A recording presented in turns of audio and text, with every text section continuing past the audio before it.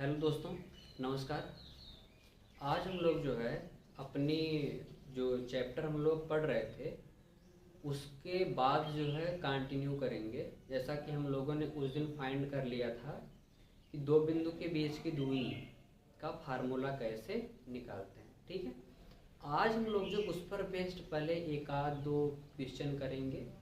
इसके बाद जो है नेक्स्ट हम लोग और आगे देखेंगे, जितना कि हाई स्कूल बेस्ड में है, जितना कि हाई स्कूल का पैटर्न जो है कवर करता है, उतना ही उसको हम लोग देखेंगे। आइए शुरू करते हैं। तो देखिए, उस दिन जो है हम लोगों ने ये पढ़ा था कि जैसे कोई अगर पॉइंट है,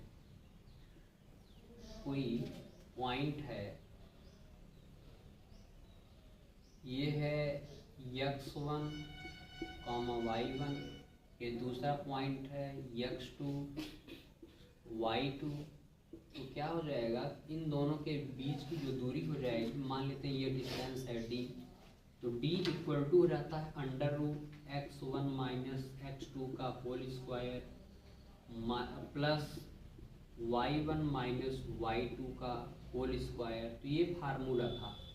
ठीक है, अब आ जाइए इस पर बेस्ड जो है हम लोग कुछ क्वेश्चन करते हैं।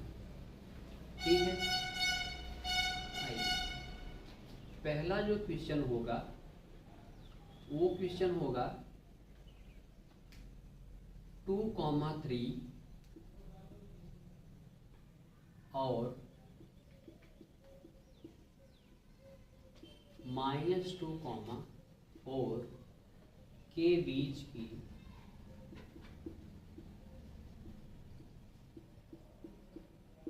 दूरी ज्ञात कीजिए।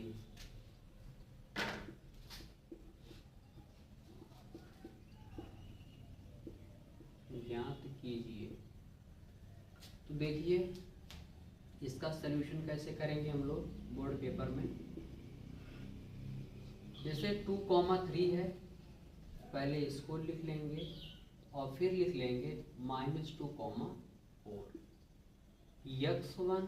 अब इसको जो है नोट कर लेंगे कि ये पॉइंट क्या हैं। जैसे ये है x1, ये y1, ये है x2, y2।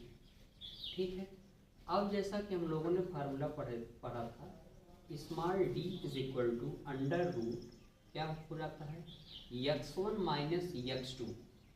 तो देखिए x1 माइनस x2 का whole square plus y1 minus y2 का whole square is equal to under root x1 की वैल्यू है 2, माइनस x2 है तो माइनस माइनस क्या हो जाएगा प्लस x2 मीन्स 2 का होल स्क्वायर प्लस y1 क्या है 3 माइनस y2 क्या है 4 का होल स्क्वायर। ठीक है, is equal to under root क्या हो जाएगा, 2 और 2 4, ये हो जाएगा 4 का स्क्वायर प्लस 3 माइनस 4 है। इसका मतलब बड़े में से छोटा घटेगा और बड़े का चिन्ह लगेगा। इसका मतलब हो जाएगा -1 का होल स्क्वायर। ठीक है, अब देखिए 4 का स्क्वायर होता है 16, -1 का स्क्वायर क्या हो जाता है 1, 16 और 1 17, अंडर रूट 17। यहाँ पे क्या लिख देंगे इकाई इसलिए जब कोई भी यूनिट दी होगी, जैसे मीटर सेंटीमीटर, तो उस इकाई में जो है, क्योंकि कोई भी डिस्टेंस जो होती है किसी न किसी यूनिट में होती है, इसीलिए हो जाएगा अंडर रूट 17 इकाई। ये हो गया आपका पहला क्वेश्चन। ठीक है,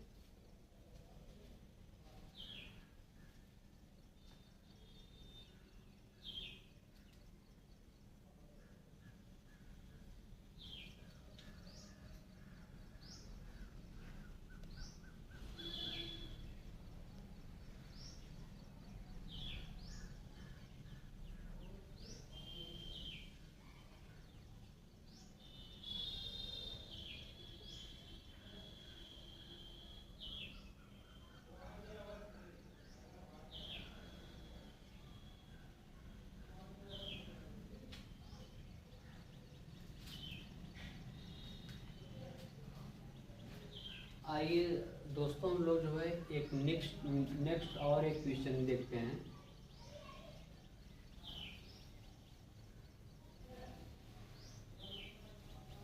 वो क्वेश्चन इस प्रकार से हो सकता है, जैसे क्या देगा, मूल बिंदु, क्वेश्चन नंबर 2, मूल बिंदु और -3, -4 के बीच की दूरी ज्ञात कीजिए। ठीक है, जो क्वेश्चन इस प्रकार से पूछेगा वो क्या हो जाएगा, ध्यान देंगे सॉल्यूशन में। क्योंकि जो मूल बिंदु होता है, मूल बिंदु का जो निर्देशांक होता है वो होता है 0, 0, और एक बिंदु हमें दे रखा है -3, -4। ये हो जाएगा x1, ये हो जाएगा y1, दूसरा हो जाएगा x2, y2। ठीक, अब देखिए फिर वही फार्मूला D = √, चाहे हम x1 - x2 करें, चाहे x2 - x1 करें, क्योंकि होल स्क्वायर होता है तो इस पर साइन का कोई इफेक्ट नहीं होता है, इसलिए कुछ भी हम लोग कर सकते हैं। ठीक है, हम लोग कर रहे हैं x2 - x1 का whole square plus y2 - y1 का होल स्क्वायर। अब देखिए जो x2 है वो कितना है, -3 है, -x1 कितना है, 0 है, का होल स्क्वायर, प्लस y2 कितना है, -4, y1 कितना है, 0 का होल स्क्वायर, पूरे का अंडर रूट लगाओ। अंडर रूट -3 है, -0 करेंगे क्या हो जाएगा, -3 ही, तो -3 का होल स्क्वायर कर देंगे, प्लस यहाँ पे क्या कर देंगे, -4 का होल स्क्वायर कर देंगे। यहाँ से क्या मिल जाएगा, देखो 3 3 9 होता है, और -4 का स्क्वायर 16 हो जाता है, 16 और 9 क्या हो जाता है, 25, और 25 का अंडर रूट क्या हो जाता है, 5, तो 5 इकाई हो जाएगा यहाँ पे, यही हो जाएगा इसका आंसर। Note down space.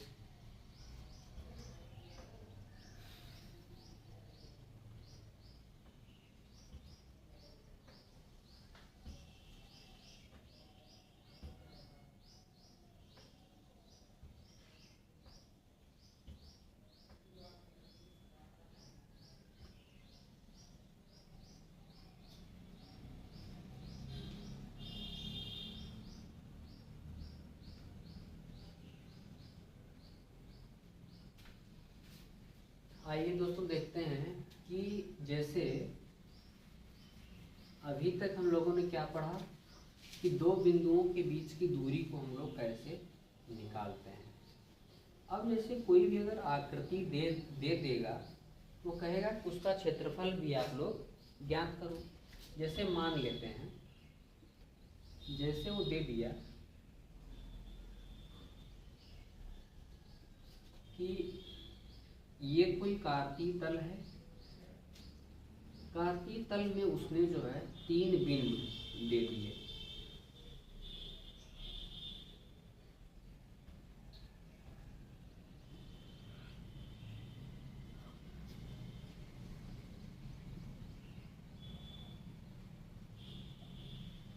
तीन बिंदु उसने दे दिए, ए, बी और सी। ठीक है, हम मान लेते हैं अभी हम कोई भी साइन लेंगे नहीं, हम बस केवल अभी क्वेश्चन को सॉल्व करने की कोशिश करेंगे। x1 y1 अभी हम कोई साइन नहीं लेंगे, बाद में हम लोग जो है अपने अकॉर्डिंग फार्मूले को चेंज कर लेंगे। यह है x3 y3। ठीक, इस तरीके का मान लेते हैं कुछ भी जो है इसने ये डायग्राम दे दिया और कर दिया, इसका जो है आप निकाल दीजिए क्षेत्रफल। तो इसका क्षेत्रफल कैसे निकलता है, तो देखिए क्षेत्रफल निकालने का फार्मूला भी होता है। फार्मूला फाइंड करने से बेहतर है कि हम लोग फार्मूले को ही एक क्वेश्चन के रूप में सॉल्व कर लें, ताकि क्वेश्चन भी सॉल्व कर पाएँ और फार्मूला भी हम लोग समझ जाएँ। आइए देखते हैं सॉल्यूशन में इसका फार्मूला कैसे निकलता है। देखिए 3 पॉइंट लिखे हैं x1 y1 x2 y2 x3 y3। तो क्या करेंगे हम लोग, x1 y1 लिख लेंगे, यहाँ पे लिख लेंगे x2 y2, यहाँ पे क्या लिख लेंगे x3 y3। हमने 3 पॉइंट्स को जैसा लिखा था वैसे नोट कर लिया। इसी वाले जो पहला पॉइंट होगा उसी को जो है चौथी बार भी लिख लेंगे x1 y1। ठीक है, अब देखिए इस पर हम कर रहे हैं सिंगल और इस पर लगा रहे हैं डबल। ठीक है, अब ध्यान से देखिएगा, जो एरिया होता है उसको कहते हैं एक। ठीक, अब यहाँ पर लगा दीजिए 1/2 और बड़े ब्रैकेट का प्रयोग कर दीजिए। बड़े ब्रैकेट के बाद छोटे का, जो सिंगल वाला है उन सब का मल्टीप्लिकेशन करके सम करना है। जैसे x1 का मल्टीप्लिकेशन y2 से करेंगे क्या हो जाएगा, x1 y2। फिर इसके बीच में लगाएंगे plus x2 y3 plus x3 y1। ठीक है, फिर देखिए यहाँ पे एक दूसरे ब्रैकेट का प्रयोग करेंगे। अब जो डबल वाला है उन सब का मल्टीप्लिकेशन करेंगे। y1 x2 का मल्टीप्लिकेशन करेंगे क्या हो जाएगा, x2 y1 plus y2 x3 का करेंगे तो x3 y2, फिर x1 y3। ठीक है, अब पूरी तरह से ब्रैकेट क्लोज कर दिया। इन दोनों के बीच में मतलब जो भी आएगा उनको जोड़ने के बाद इन दोनों को क्या कर देंगे, हटा देंगे। यही आप लोगों का फार्मूला है। इसी फार्मूले को लोग याद करते हैं, आपको याद करने की कोई आवश्यकता नहीं है। अब इस पर बेस्ड हम लोग जो है एक क्वेश्चन करते हैं कि वो क्वेश्चन कैसे सॉल्व होगा। जैसे देखिए अगर हम यहाँ पर जो है बात करें,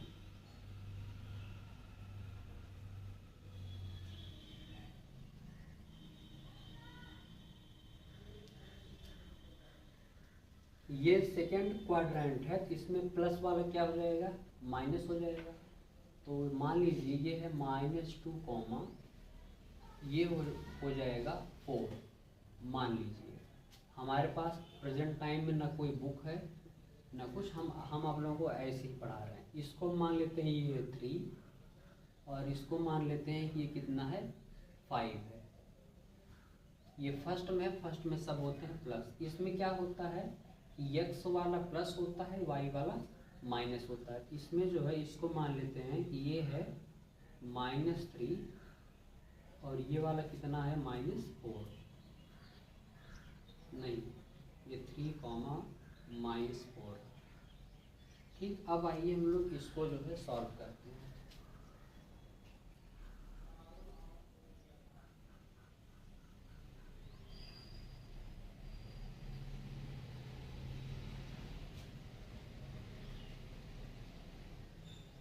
देखिएगा दोस्तों, हम लोग किसी भी पॉइंट को पहला बिंदु मानने के लिए स्वतंत्र हैं। किसी भी को भी, इसको भी हम पहला मान सकते हैं, ये दूसरा और ये तीसरा। इसको पहला मानेंगे तो ये पहला, ये दूसरा, ये तीसरा।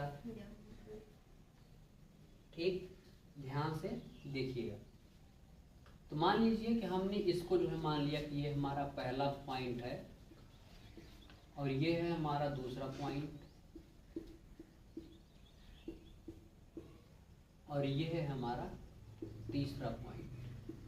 ठीक है, तो पहला पॉइंट अगर वो है तो हम लोग क्या लिखेंगे, 3, 5। दूसरा पॉइंट ये है 3, -4।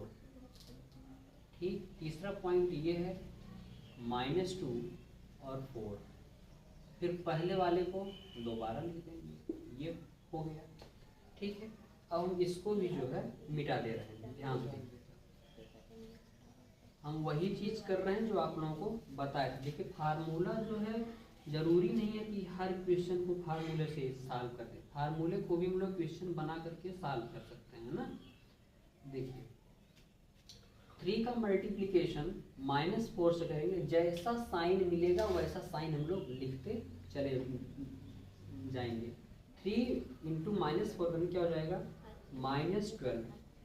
3 का मल्टीप्लिकेशन 4 से करने क्या हो जाएगा +12।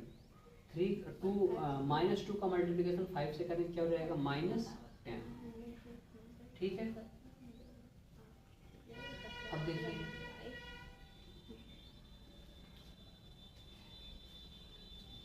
अब देखिए माइनस साइन, फिर देखिए 5 का मल्टीप्लिकेशन किससे करेंगे 3 से, क्या हो जाएगा 15। इसका करेंगे तो माइनस माइनस क्या हो जाएगा प्लस, 4 दूनी 8, ये हो जाएगा +8, ये क्या हो जाएगा +12।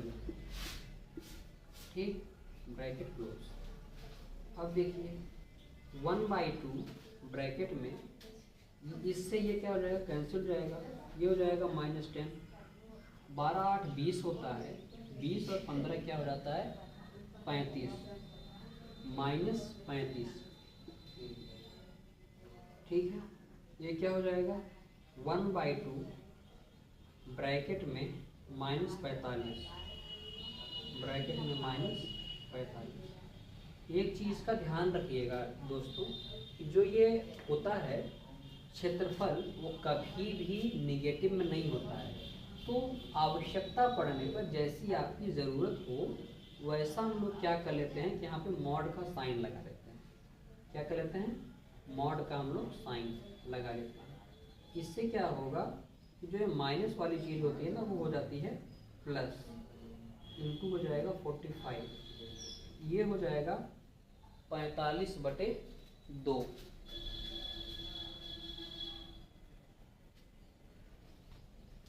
देखिए ये हो जाएगा 45/2, क्या हो जाएगा वर्ग इकाई, वर्ग इकाई, यही हो जाएगा आपका आंसर। ठीक है, तो इस प्रकार से जो है हम लोग किसी भी प्रकार के शेप का, चाहे वो त्रिभुज हो, चतुर्भुज हो, पंचभुज हो, षटभुज हो, किसी भी प्रकार का मकसद मतलब ये है triangle, quadrilateral, pentagonal, hexagonal, heptagonal, octagonal और डेका, किसी भी टाइप का हो, उन सब का एरिया हम जो है इस टाइप से फाइंड कर सकते हैं। बस डिफरेंस क्या है कि जितना हम शेप अपना बड़ा करेंगे उतना ही जो है ये कॉम्प्लिकेटेड होता चला जाएगा। ठीक है, आप लोग इसको जो है नोट डाउन कर लीजिए। फिर हम लोग अगले वीडियो में जब भी मिलेंगे तो कुछ शेप के साथ और कुछ अच्छे अच्छे नए नए क्वेश्चंस के साथ हम लोग मिलेंगे। ठीक है, धन्यवाद दोस्तों।